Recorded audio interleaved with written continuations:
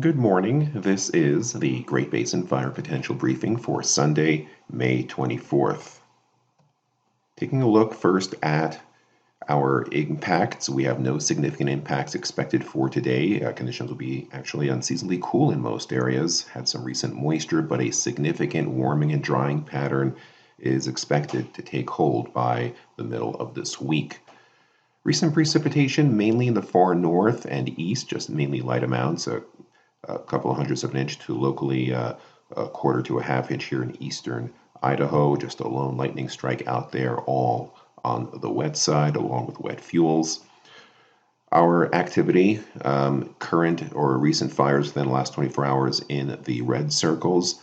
Recent fire activity within the last few days in the open yellow. So you can see where activity has been picking up mostly across southern areas, stretching a bit further up into central Utah. Also off the fire off the Sierra front as well near Reno.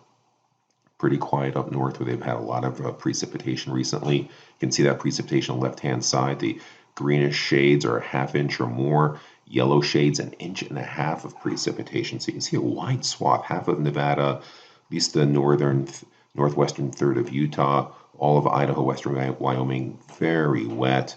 Still bone dry, though, in southern and eastern areas where they missed out on the precipitation across Moab, the Arizona Strip. ERC point map, you can see where things are most critical in the south and east. ERC percentile still in the 80th to 90th percentile there, but it tapers off quite a bit as you head further north. Satellite imagery shows a low-pressure system responsible for the cool, moist conditions recently, now lifting out into Wyoming and Montana. We're still kind of under the influence of this low in terms of the coolness. The flow behind it is coming out of the northwest. Skies are pretty clear. Another batch of clouds and moisture starting to move into the Pacific Northwest, and a big ridge of high pressure here off the California coast will amplify and become our main weather maker by the middle of the week. So here's this afternoon's map. You can see the high pressure still building into the west coast, that moisture getting pushed up and over it. Otherwise, moisture exiting our far northeastern areas. You can see on the right-hand side our fire potential is minimal across most of the geographic area, except for the far south where they had some higher humidity, but they missed out on most of any wetting rains. Humidity levels, for the most part, above 20%, and many areas above 30%, although starting to dry out in the far south. Winds today coming out of the north, more along the lines of about 15 to 25 miles per hour, a few higher gusts in the higher terrain of Utah. On Monday, high pressure is starting to build in from the southwest. You can see our fire potential looks very similar on the right-hand side. Humidity levels, again, driest in the south, but starting to dry out a little bit further. That drier push going a bit further north. We do have some strong gusty winds in southeast Utah, downsloping off the higher terrain.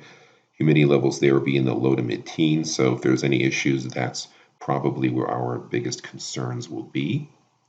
On Tuesday, on the left-hand side, drier air given by these tannish shades. You can see our dryness levels here in the brown and some of that yellow now starting to dry out as we head a bit further north into northwestern Utah, into northwestern Nevada, still green further north. Again, humidity levels driest in our southern areas. Winds fairly light, some gustier winds in the afternoon across the Snake River Plain, but of course relative humidity levels there on the 30% or higher side. No real significant precipitation for most of the geographic area, just lingering showers in western Wyoming and parts of the Uintas. Further down the road, now on Wednesday, there's that ridge of high pressure, and look at that dryness coming in, and that's heat as well. Fire potential on the right-hand side. As we go into Thursday, that high pressure ridge really takes hold. We could see temperatures easily 10 degrees above normal in most areas, pushing into the hundreds in southern areas, even 90s as far north as Salt Lake City and Reno and all along the basin areas of the I-80 corridor. Some moisture into far northern areas, and there is that high again on Friday. Saturday, the high shifts a little eastwards. You see some blips of moisture. This is some semi-subtropical moisture, not quite a monsoon, but it looks a little like it. It'll be to our east, but we could see some showers or thunderstorms, very isolated, where we see little blips of green through here. Across the Sierra front, though, a dry push of west-southwest winds will have to be watched for downsloping winds off the Sierra front by Saturday. 7-day total precipitation just in the next 24 hours, just the stuff in the Uinta Basin and western Wyoming. Otherwise, we dry out. The 8 to 14-day outlook, May 31st through June 6th, shows significantly above normal temperatures for most of the Great Basin.